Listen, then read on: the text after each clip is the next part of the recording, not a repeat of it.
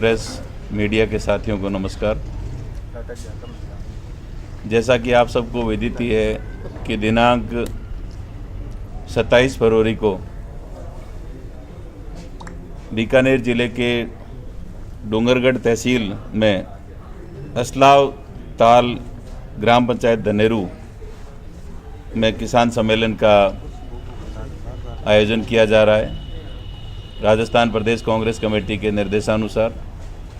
और इस किसान सम्मेलन में ये किसान सम्मेलन देश भर में जिस प्रकार से केंद्र की सरकार जो 3 काले कानून लेकर के आई है, इन तीनों काले कानूनों को वापस लेने की मांग को लेकर के पूरे देश का किसान पिछले 3 महीनों से लगातार संघर्ष कर रहा है, इन कानूनों को वापस लेने की मांग कर रहा है। लेकिन केंद्र की जो भारतीय जनता पार्टी की सरकार है, केंद्र सरकार के द्वारा इन तीनों ही काले कानूनों को वापस नहीं लिया जा रहा है। सैकड़ों किसान इस आंदोलन के दौरान किसानों की मृत्यु हुई है और देश की राजधानी दिल्ली को चारों तरफ से लाखों किसानों ने घेर रखा है।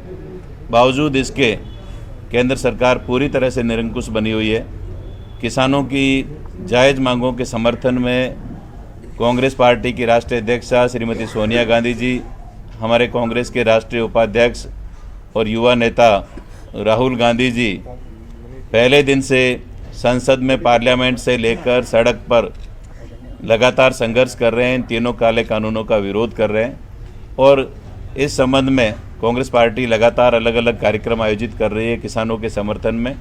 राहुल गांधी जी पीछे 2 दिन राजस्थान का दौरा करके गए हैं, किसान सम्मेलन आयोजित किए हैं। और इसी श्रृंखला में राजस्थान में राजस्थान प्रदेश कांग्रेस कमेटी के द्वारा ये किसान सम्मेलन आयोजित किया जा रहा है। हमारे जो असलाव ताल है धनेरू पंचायत में है और बीदासर से 9 किलोमीटर की दूरी है, सांडवा से भी लगभग 9-10 किलोमीटर की दूरी पर है।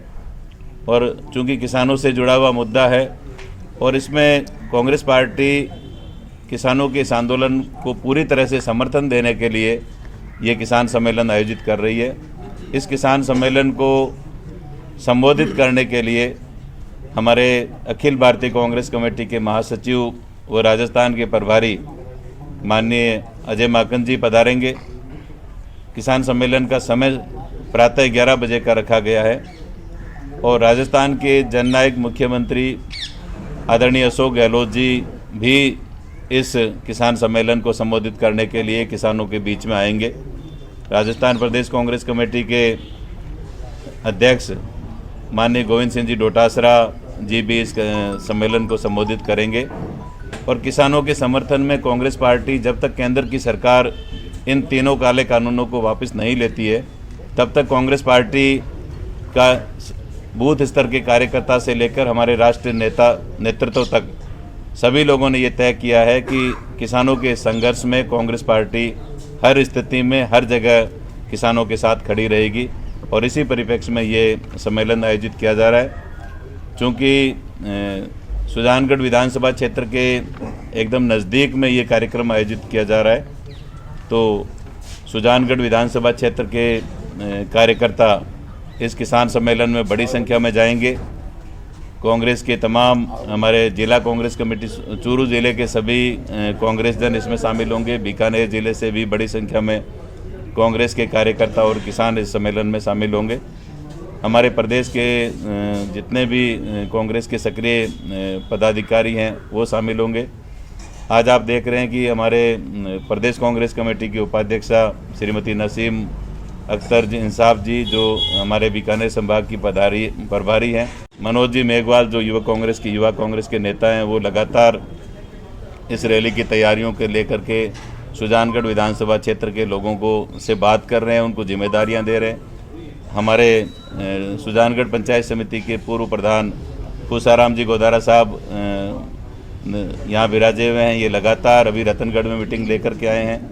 हमारे ब्लॉक कांग्रेस कमेटी के आदरणीय अध्यक्ष जी विद्याधर जी, हमारी बहन श्वेता जी और यहाँ विराजे हुए नगर परिषद के हमारे चेयरमैन साहिबा, सभी पार्षद, सभी जनप्रतिनिधि और सुजानगढ़ विधानसभा क्षेत्र के व चूरू जिले के कांग्रेस पार्टी के सभी पदाधिकारी, सभी अग्रिम संगठनों के पदाधिकारी, सभी कार्यकर्ता व जनप्रतिनिधि नियों में बड़ा ही एक उत्साह है, क्योंकि किसानों के समर्थन में जिस प्रकार से आज देश भर के लोग जुड़ रहे हैं, कांग्रेस पार्टी उसमें पूरी तरह से किसानों के साथ खड़ी है। तो ये एक ऐतिहासिक सम्मेलन होगा, किसानों का सम्मेलन होगा।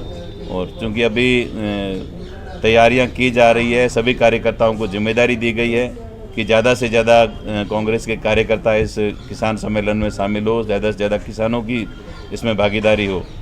दूसरा मैं कहना चाहूँगा कि कल राजस्थान के लोकप्रिय मुख्यमंत्री आदरणीय अशोक गहलोत जी ने राजस्थान में तीसरी बार मुख्यमंत्री बनने के बाद में, कांग्रेस की सरकार बनने के बाद ये तीसरा बजट उन्होंने पेश किया है।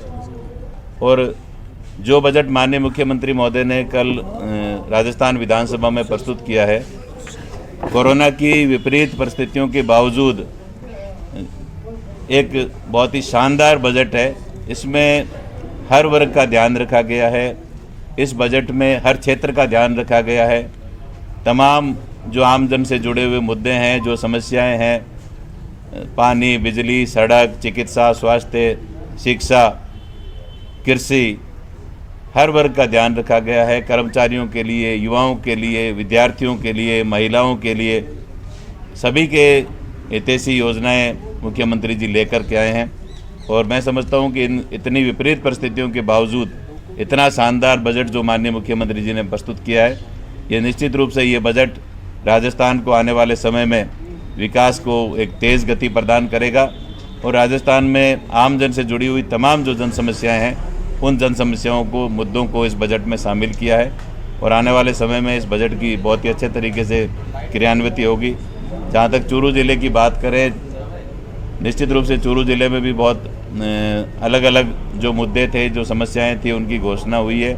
सुजानगढ़ विधानसभा क्षेत्र के माननीय हमारे विधायक और यहाँ के मंत्री और यहाँ के जनप्रतिनिधि नेता स्वर्गीय मास्टर भंवरलाल जी मेघवाल साहब आज हमारे बीच में नहीं है।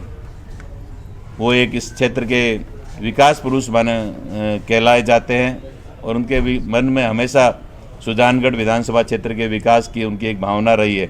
तो मास्टर भंवरलाल जी के द्वारा जो काम शुरू किए गए थे, उन कार्यों को गति देने का विश्वास, उन कार्यों को पूरा करने का और सुजानगढ़ विधानसभा क्षेत्र का चहुमुखी विकास का वायदा, मास्टर भंवरलाल जी के सपने, उनके द्वारा किए गए कामों को पूरा करने का वायदा मुख्यमंत्री जी ने थोड़े दिन पहले किया था। बहुत सारे कामों की स्वीकृतियां पहले जारी की गई है।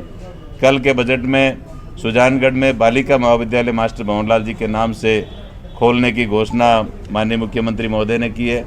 कातर जो एक बढ़ता हुआ हमारे उस क्षेत्र सुजानगढ़ विधानसभा क्षेत्र का एक बड़ा कस्बा है, वहाँ उप तहसील बनाने की मांग लंबे समय से थी। कातर को उप तहसील का दर्जा दिया गया है। और उसके अलावा भी नगर परिषद में नगर पालिकाओं के लिए सड़कों का, विधानसभा क्षेत्र में भी सड़कों के लिए बड़ी संख्या में बजट। विपक्ष आरोप लगा रहे हैं सतीश जी पूनिया, क्या ये बजट है जो मध्यावधि चुनाव को लेकर हैं, क्या कहना चाहेंगे आप? देखिए, ये बजट पूरे राजस्थान का बजट है। अभी सिर्फ 4 विधानसभाओं में चुनाव है और इस बजट में अभी कोई मुख्य चुनाव भी नहीं है। ये कोरोना की परिस्थितियों की वजह से हमारे माननीय सदस्य हमारे बीच में से चले गए। सतीश पूनिया जी का आरोप बिल्कुल निराधार है। उनको खुद अपने गिरेबान में झांकना चाहिए कि उनकी पार्टी किस प्रकार से आपस में विवादों में घिरी हुई है।